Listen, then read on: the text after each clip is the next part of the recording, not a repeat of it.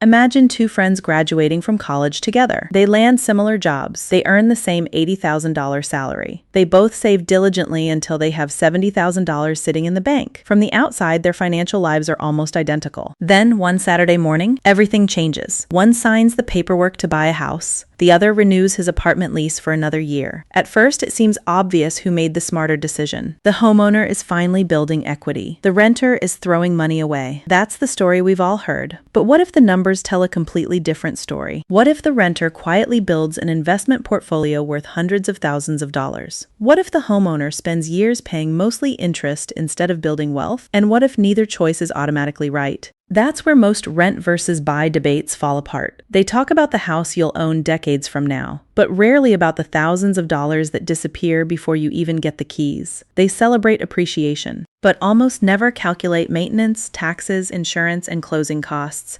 They highlight flexibility and freedom, but rarely ask what happens if the money you didn't spend on a house never gets invested. And then there's the question almost nobody asks. What happens if the renter actually invests every dollar they save? Not occasionally, every single month. And almost nobody explains how long it really takes before buying starts outperforming renting. That's exactly what we're going to do. No sales pitch, no real estate cheerleading, no renting is always better headlines, just the complete math. By the end of this video, you'll know when buying creates more wealth, when renting comes out ahead, and why the answer depends far less on the house itself than on the financial habits you follow after making your choice. Because this isn't really a story about houses. It's a story about one financial decision that quietly changes everything that happens after it. Let's meet our two buyers. We'll call them Ethan and Ryan. They're both 32 years old. Both earn $80,000 a year. Both have managed to save $70,000, and both are looking at the exact same neighborhood. In that area, a typical 3-bedroom home sells for around $350,000. Rent for a similar house is about $2,000 a month. At first glance, buying seems like the obvious choice. Ethan thinks so too. He uses his savings as a down payment and takes out a long-term mortgage to cover the rest. His monthly loan payment comes out to just under $1,900. But that's only part of the story. Homeownership comes with other bills: property taxes, homeowner's insurance, regular maintenance. When everything is added together, Ethan's total monthly housing cost rises to roughly $2,650. Ryan chooses a different path. He renews his lease for another year at $2,000 per month. Instead of using his savings as a down payment, he invests the entire $70,000 into a low-cost total market index fund. Then, every month, he also invests the difference between his housing cost and Ethan's, about $650. Suddenly, the comparison looks very different. One is building home equity. The other is building an investment portfolio. But here's the detail almost every rent versus buy discussion skips. The moment Ethan signs the closing documents, he isn't financially ahead. He's actually behind before he even receives the keys. He's paid thousands of dollars in closing costs, loan fees, title insurance, legal paperwork, escrow expenses, moving costs. His true cash investment isn't just the $70,000 down payment. It's much closer to the mid-$80,000 range. That hidden cost creates a financial hurdle the house must overcome before buying even begins to outperform renting. And the next surprise is even bigger, because most of Ethan's first mortgage payments aren't buying his house at all. Ask almost any first-time homebuyer why they're excited to own a house,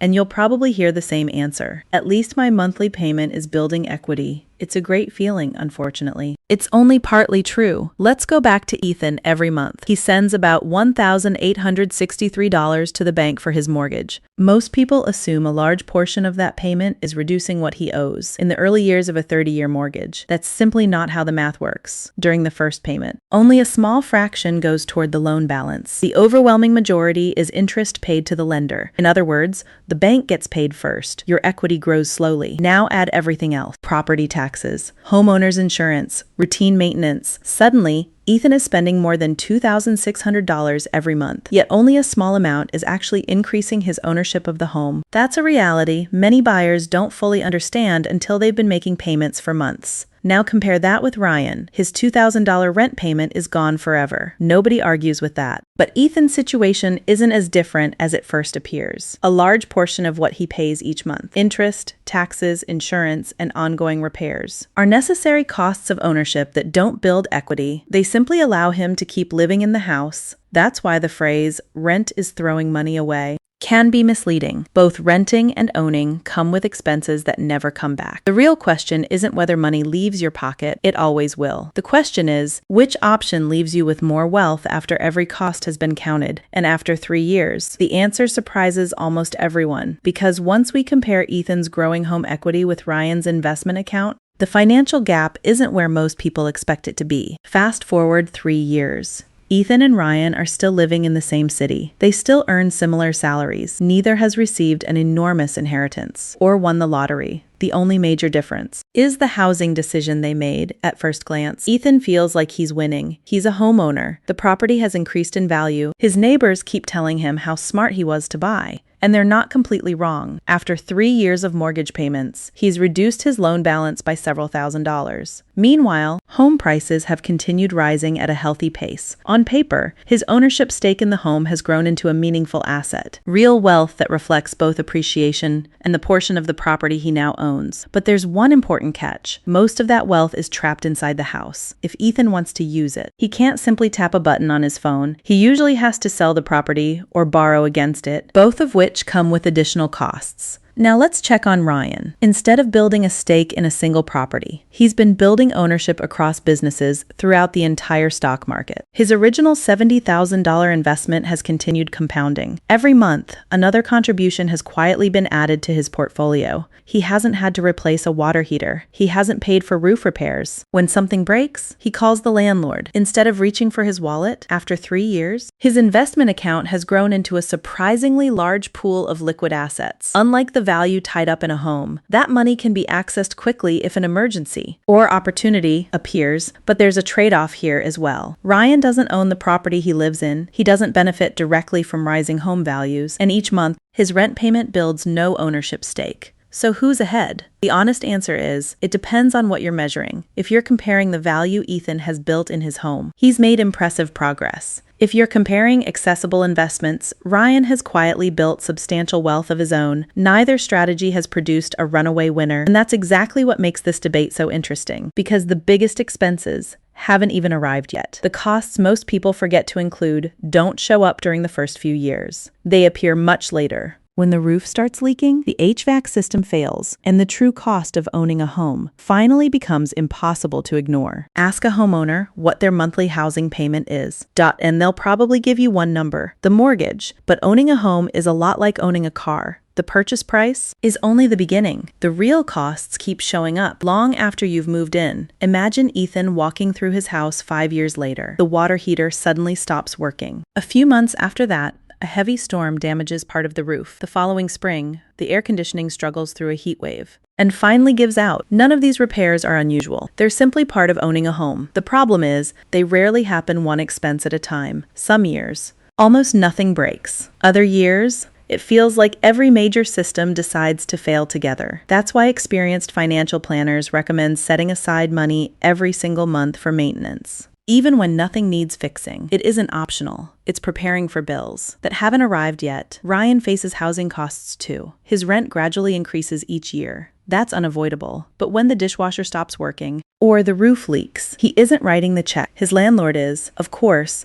those costs don't disappear. They're often built into the rent over time. That difference often gets ignored in online debates. People compare rent to a mortgage payment while forgetting everything that comes after the purchase. And just like Ethan's repairs didn't arrive all at once, other ownership costs tend to show up gradually, almost quietly. Then there are property taxes as home values rise. Taxes often rise with them. Insurance premiums can increase. Utility costs may grow if the house is larger than the apartment you rented before. Little by little, the real cost of ownership becomes much higher than the mortgage payment alone. None of this means buying is a bad decision. It simply means the comparison isn't honest unless every expense is included. Because the biggest cost of buying isn't always the money you spend sometimes. It's the money you never had the chance to invest somewhere else. And that opportunity cost completely changes the math over the next 10 years. Let's jump ahead another 7 years. It's now been a full decade since Ethan bought his house, and Ryan decided to keep renting. This is where the numbers begin telling a very different story. Ethan has made 10 years of mortgage payments without missing one. His loan balance has dropped significantly at the same time. His home's value has continued appreciating with the local market. Every year,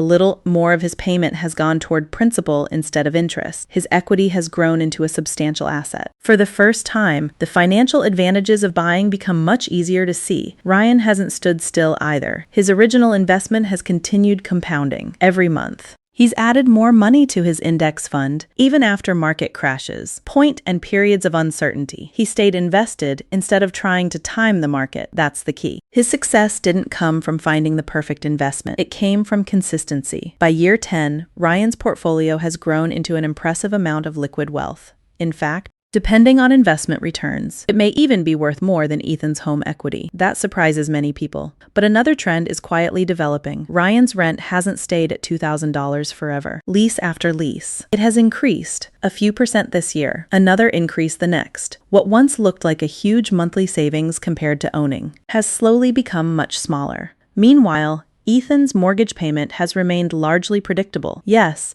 taxes and insurance have changed, but the biggest part of his payment, the loan itself, has stayed fixed. Both strategies have benefited from time, but in different ways, Ryan's investments have had years to compound and grow. Ethan's housing costs have become more stable, while his equity has steadily increased. That's one of the biggest advantages of buying. Time can gradually shift the balance in your favor. For renters, time often pushes housing costs higher. For homeowners, time gradually shifts more of each mortgage payment toward ownership. And over the next 10 years, that small difference becomes one of the biggest reasons the rent versus buy debate changes completely. Once you look beyond the first decade. Now, let's fast forward to year 20. This is the point where most rent versus buy arguments finally become interesting. Ethan has lived in the same house for 2 decades. His mortgage balance has fallen dramatically. The home itself has appreciated steadily over the years. On paper, his equity is now worth hundreds of thousands of dollars. He's undeniably wealthier than he was 20 years ago. But Ryan hasn't been standing still. His original investment has continued compounding. Year after year, he kept investing every month. He ignored market crashes. He didn't panic when headlines predicted the end of the economy. As a result, his investment portfolio has grown into a surprisingly large asset, one that may actually exceed Ethan's home equity, depending on market performance. At first,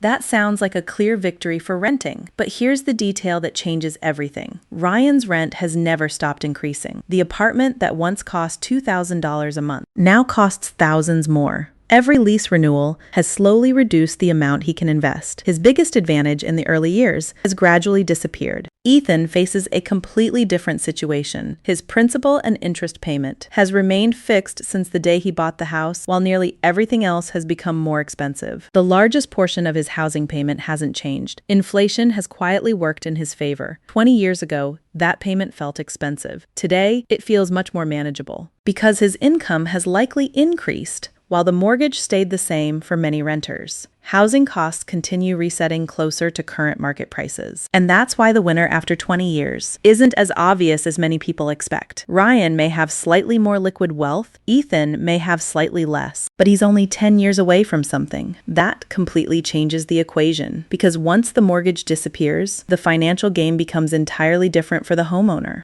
At this point, you might be thinking something. If renting can produce almost the same or even more wealth, why doesn't everyone just rent forever? The answer comes down to one assumption. Discipline Ryan's strategy only works if he actually invests the difference every single month, not once in a while. Not only when the market is doing well, every month. Imagine it's year 8. The stock market suddenly drops 25%. News channels are predicting another financial crisis. Friends are selling their investments. Social media is filled with panic. This is the exact moment Ryan's plan is tested. If he stops investing, if he waits for the market to recover, or if he spends that extra money on vacations, a nicer car, or a luxury apartment, much of renting's financial advantage begins to fade. That's what many people underestimate. The renting strategy isn't simply about paying less for housing. It's about turning those monthly savings into long-term investments with unwavering consistency. Ethan's strategy is different. Every mortgage payment quietly forces him to build equity. He doesn't have to decide whether to save each month. The structure of the loan